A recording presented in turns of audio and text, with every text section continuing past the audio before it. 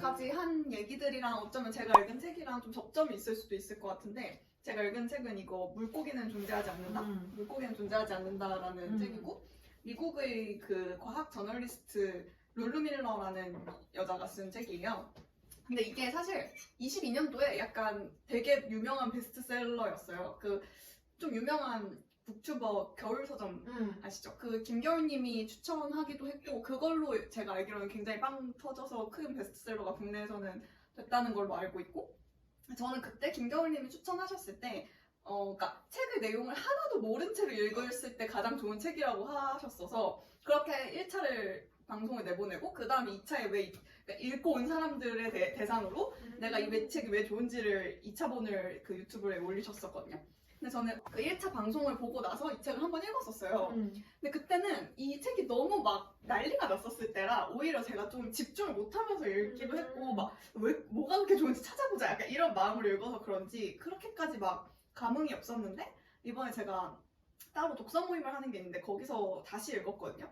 근데 재독을 하니까 첫 번째 읽었을 때보다 저는 훨씬 더 좋았는데, 일단 이 책은 책의 장르가 약간 모호한 책이에요. 그러니까 과학 에세이이기도 하고 그 약간 철학서 같은 느낌도 들고, 근데 그러면서 과학 이야기도 들어있고, 근데 기본적으로는 에세이. 근데 그 이 쓴 사람이 어떤 미국의 한 생물학자에 대한 전기처럼 그 사람의 생애 발자취를 따라가면서 쓰기도 했고. 그 사람 실존 인물이에요? 네. 살아있어요? 아니요, 죽은 지 오래됐어요. 그리고 자기 삶을 되돌아보면서 쓴 자전적인 이야기이기도 하고, 그래서 되게 좀 복잡한데. 그 사람의 이야기랑 쓴 사람의 이야기가 믹스되어 있어요? 맞아요. 근데 되게 술술 재밌게 금방 잘 읽히거든요. 그리고 좀 이분이 저널리스트여서 그런지 확실히 약간 거의 문학작품 같이 문장을 되게 아름답게 잘 써요. 그래서 약간 영미문학 특유의 분위기가 문장에서 나기도 하고, 아무튼 저는 재밌게 잘 읽었는데, 일단 그냥 거대한 스포일러를 하자면 이 책의 핵심은, 안 읽고 온 사람들은 읽고 와서 봤으면 좋겠는데, 이 책의 핵심은 물고기라는 어류, 그러니까 한국말로 어류라는 종 자체는 없다라는 거예요. 그러니까 우리가 생각하는 어류는 사실 분기학적으로, 과학적으로 없는 종이라고 이미 약간 과학자들 사이에서는 거의 동의가 되어 있대요. 동공지진인데? 그쵸? 근데 그게 왜 그러하냐 하면 이제 그런 과학적으로는 우리가 그냥 물에 사는 생물들을 아가미가 있고 물에서 호흡한다는 이유로 물에 산다는 이유로 어류라고 묶어놨을 뿐이지, 사실 그들은 엄청나게 서로 다른 특성들을 가지고 있고, 어떤 어류는 그 폐나 심장의 구조가 소와 굉장히 흡사해서 차라리 다른 물고기들보다는 포유류다? 소에 훨씬 가까운 어류인 거예요. 근데 우리도 예를 들어서 돌고래가 포유류다 뭐 이런 건 되게 익숙한 사실이잖아요. 근데 그것처럼 다른 우리가 어류라고 분류하고 있는 수많은 애들도 굉장히 다 다른 특성을 갖고 있고, 어떤 애들은 그냥 같은 종으로 절대 묶을 수 없는 그런. 그럼 걔네가 어류라고 묶인 거는 걔네가 물속에 살아서 우리가 잘 모르기 때문이에요? 그것은 우리 인간의 관점인 거죠. 그러니까 우리의 관점에서 어떻게 생명체가 물속에서 숨을 쉬어? 이것은 다 특별한 생물체, 어류 이렇게 볼 수밖에 없잖아요, 인간은. 그러니까 이 책은 그래서 결과적으로 우리가 과학적이라고 생각하는 것, 분류학, 그러니까 우리가 인간이 어떤 것들을 카테고라이즈해서 이렇게 딱 우리 마음이 편하도록 뭐 하나로 묶어놓고 얘네는 이런 거, 얘네는 이런 거 이렇게 분류하고 평가해온 것들이 그렇게 명징한 것이 아니다라는 것이 이 책의 어떤 핵심 메시지라고 볼 수 있고.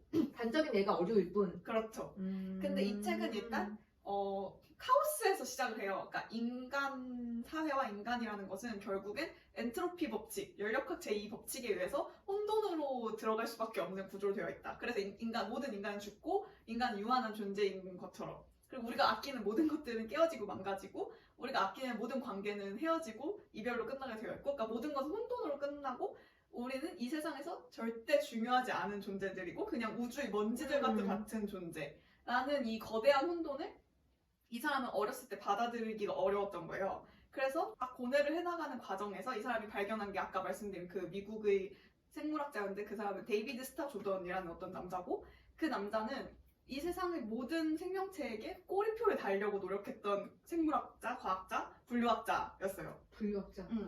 그래서 그 사람의 평생을 엽적 자기가 추구했던 업은 물고기들을 다 분류해서 그 새로운 물고기 원종을 찾으면 그 이름을 자기가 정해서 꼬리표에 그 물고기 이름을 달아가지고 그 썩지 않게 에탄올에 보관해서 쫙 전시를 해놓고 그 기록을 남기는. 근데 그게 학교에서도 인정이 되는 기록이에요? 네네네. 오. 그렇게 해서 막 몇 천 마리의 물고기들을 분류해온 사람이었는데 어느 날 거대한 지진이 나서 이 모든 것이 다 혼돈 속에 처박히고 그 사람이 이룬 모든 것이 무너져요. 근데 그랬을 때 그 사람이 그 앞에서 그냥 울거나 포기한 게 아니라 실과 바늘을 가져와서 그 떨어진 이름표를 물고기 하나하나 다시 꿰고 하나하나 다시 에탄올에 보관을 하는 작업을 시작해요. 아우, 그러니까 이 여자는 이 남자를 보면서 옛날에 과거의 생물학자의 전기를 보면서 아니 어떻게 인간이 당연하게 맞닥뜨린 이 모든 거대한 혼돈에 맞서서 이 사람은 끊임없이 이렇게 진보하고 전진하려고 노력을 할 수 있었던 걸까? 그게 너무 궁금해진 거예요. 그래서 자기의 이 약간 그 여자는 그런 철학적인 질문 및 자기의 개인적인 삶에 있어서 되게 큰 실패를 맞고 있는 시기였는데 이 모든 것에 대한 구원의 응답을 얻고자 그 남자의 삶을 파헤치기 시작해요. 근데 이 과정에서 몇 번의 막 업앤다운이 있고 이 플로우들을 계속 따라가다 보면 서로 막 이야기가 얽히고 설키고 하면서 되게 그걸 이렇게 퍼즐 조각을 맞춰보는 재미가 있거든요. 그냥 그렇게 재밌게 읽다 보면 이 남자한테서 나온 답은 결국엔 이 남자가 미국의 그 우생학을 엄청 신봉했던 사람이었다는 게 밝혀져요. 진짜? 완전 반전? 그러니까 완전 이 남자는 우생학에 미쳐 있었고 완전 반전? 근데 이 남자가 왜 우생학에 미쳤느냐 그것이 뭐냐면 이 남자는 이제 그 이때가 막 다윈의 그 종의기원이 서서히 자리를 잡고 완전 그 전 세계를 강타하면서 과학자들이 대부분의 신념이 이제 그런 진화론으로 넘어가기 시작하던 그런 시대의 일인데 이 남자는 원래 이 분류학을 하면서 여기에서 신의 메시지를 찾고자 했던 사람이었던 거예요. 종교적인 신념 때문에 더 열심히 한 거예요? 그래서 여기에 뭔가 신의 메시지가 있을 것이다. 그래서 미개한 생물이 있고 인간처럼 고등한 생물이 있고 근데 이렇게 고등한 생물들도 열심히 살지 않고 나태하고 게으르고 뭐 이러면은 도태되고 미개한 생물로 이런 가치관을 갖고 있다가 다윈의 그게 진화론이 나오면서 아니 이 모든 게 그냥 우연에 불과하다니 그러니까 이거를 받아들이기가 어려웠던 거고 그거를 받아들일 수밖에 없는 그 과정에서 이 사람이 다른 쪽으로 튀어나간 게 우생학이었던 거예요. 그러니까 어쨌든 여기에는 뭔가 신의 메시지가 아니더라도 무엇인가가 있을 것이다. 서열이 있을 것이다.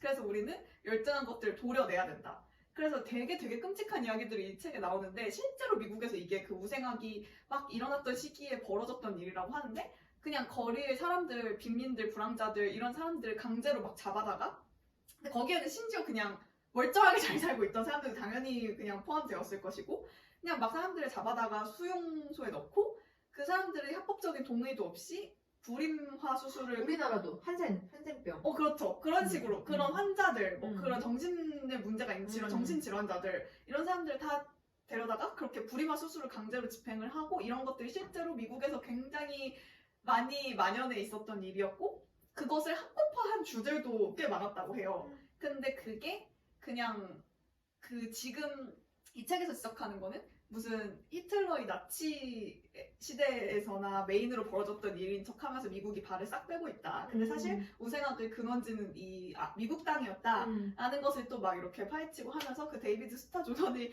이 책을 따라가다 보니까 이런 거대한 이게 나온 거지.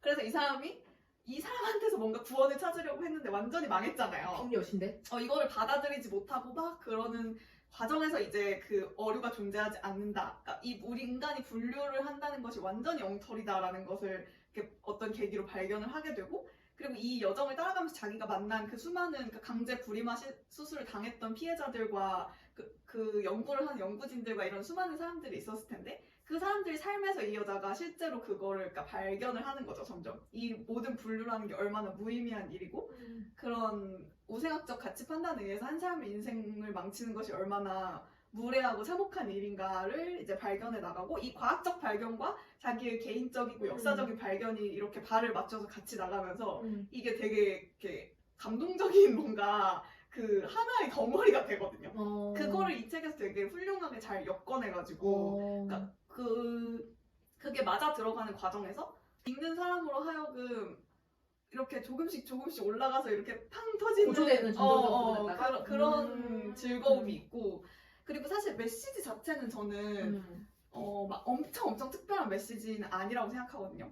근데 물고기가 실제로 존재하지 않는다는 걸 우리는 모르잖아. 거기서 오는 되게 강력한 한 방이 일단 있고 그리고 이거를 빌드업을 아까 말씀드린 것처럼 그렇게 플로우와 빌드업을 해나가는 그런 게 되게 훌륭해서 물고기도 없고 우생각도 없고 다 없는 거잖아. 우리가 카테고라이즈하고 우리가 평균처럼 그렇죠. 침공하는 모든 것들이. 그렇죠. 그래서 이게 뭔가 다 읽고 나면 되게 이 모든 서사가 이렇게 착 하나로 맞아 들어가면서 여기 부제가 상실, 사랑 그리고 숨어있는 삶의 질서에 관한 이야기. 맞아요. 삶의 질서. 근데 이걸 모른 채 이걸 읽으면 도대체 뭔 소리야? 근데 이걸 읽고 나면 이제 이해가 되지. 그리고 되게 또 흥미로웠던 건 그러니까 사실 물고기는 존재하지 않는다라는 선언이 우리가 믿고자 하는 이 모든 분류가 얼마나 쓸데없고 심지어는 비과학적인 것인지 그러니까 우리는 비윤리적인 건 이제 알지. 근데 무의식 중에 우리 마음속에서 어느 정도 이것이 합리적이고 타당할 것이라는 의심이 있잖아요. 근데 이것이 비윤리적일 뿐만 아니라 비과학적이라는 것을 이렇게 하나하나 밝혀내거든요. 근데 그거를 대표하는 게 물고기는 존재하지 않는다라는 사실인데 이 사실을 딱 던졌을 때 여기 나오는 등장인물마다 그거를 되게 다르게 받아들여요. 그 사람의 삶이나 겪어온 그런 것들이 거기에 이제 영향을 주는 거였죠. 근데 이 사람이 큰언니가 어린 시절 되게 심하게 왕따를 당하고 막 사회 부적응자처럼 찍혀 있다가 나중에 이제 봉사활동 같은 걸 하고 이러면서 이제 다시 삶의 행복을 찾고 살고 있는 사람인데 이제 사회적인 기준에서 보면 완전히 나보자 같은 사람이었는데 큰언니한테 이 물고기는 존재하지 않는다라는 것을 전달했을 때 그 언니가 너무나 무리 없이 그거를 잘 받아들이거든요. 근데 그 장면도 뭔가 묘한 감동이 있어. 근데 이 사람이 이제 과학 저널리스트니까 이 모든 걸 진짜 되게 문장 자체는 아름다운데 어투나 이런 게 엄청 담담하게 서술해요. 드라마틱하지 않게 별로. 그런 것들도 읽으면서 약간 그 주는 감정의 고조나 감동의 좀 역할을 하는 것 같아요. 오히려. 근데 우리가 늘 겪었던 거잖아요. 이래서 단적으로 어린아이들한테는 모든 게 다 잘 받아들여지는데 좀 배운 사람들한테는 안 받아들여지잖아. 그게 그렇지. 무엇이건. 현학적인 척하는 사람들. 그렇지.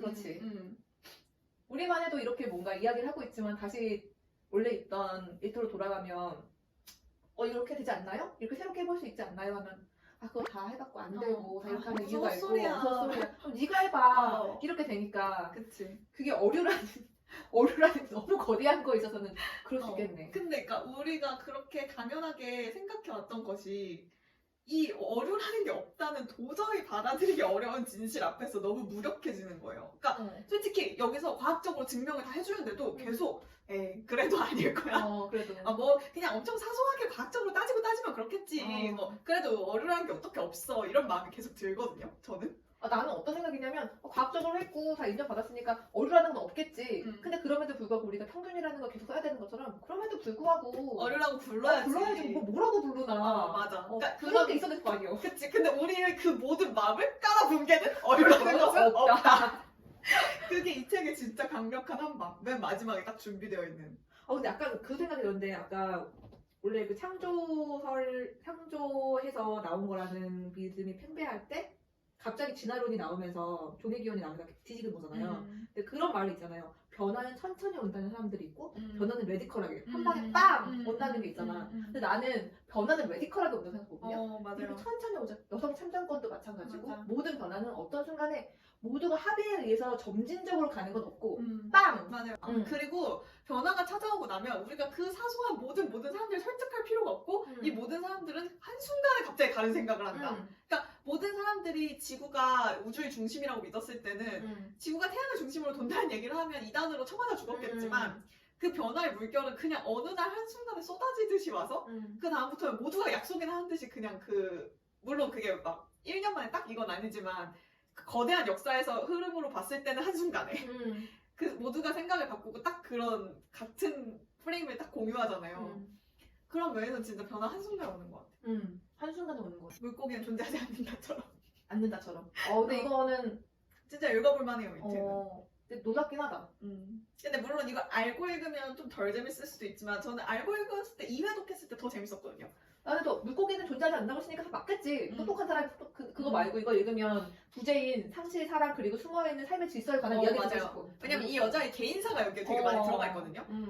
그게 또 커요. 그러니까 이 사람이 사랑하는 사람이 있었는데 자기 바보 같은 실수로 그걸 잃고 온 우주가 무너졌다가 그거에 대한 구원의 메시지를 찾으려고 막 이렇게 했는데 그 구원으로부터도 그 완전 배신당하고 근데 되게 생각지도 못한 곳에서 이 사람이 새로운 그 그 희망을 보거든요. 새로운 사랑을 만나고 그러니까 자기가 생각했던 것과 전혀 다른 형태와 방향으로 그거 자체가 자기가 삶을 분류짓고 딱 이렇게 정해진 대로만 바라보려고 했었던 것을 완전 깨부수고 완전 새로운 곳에서 그게 찾아온단 말이에요. 그것도 그러니까 이 과학적 발견, 역사학적 발견과 그 개인사적인 변화가 맞물려 들어가는 지점이에요. 그런 측면에서 우리 지금 찐나오기 잘하는 것 같아요. 뭐가 어디서 어떻게 될지 모르는 거니까. 그치. 일단 나중에 다 뿌려놓고 나중에 커넥트도 나타날 거니까. 그렇지. 좀 환기라는 차원에서 있어서 그 작은 거에 있어서도. 이게 이게 되게 작은 변화지만 우리 삶에서는 큰 변화가 될 수 있는 거잖아. 그치. 컷.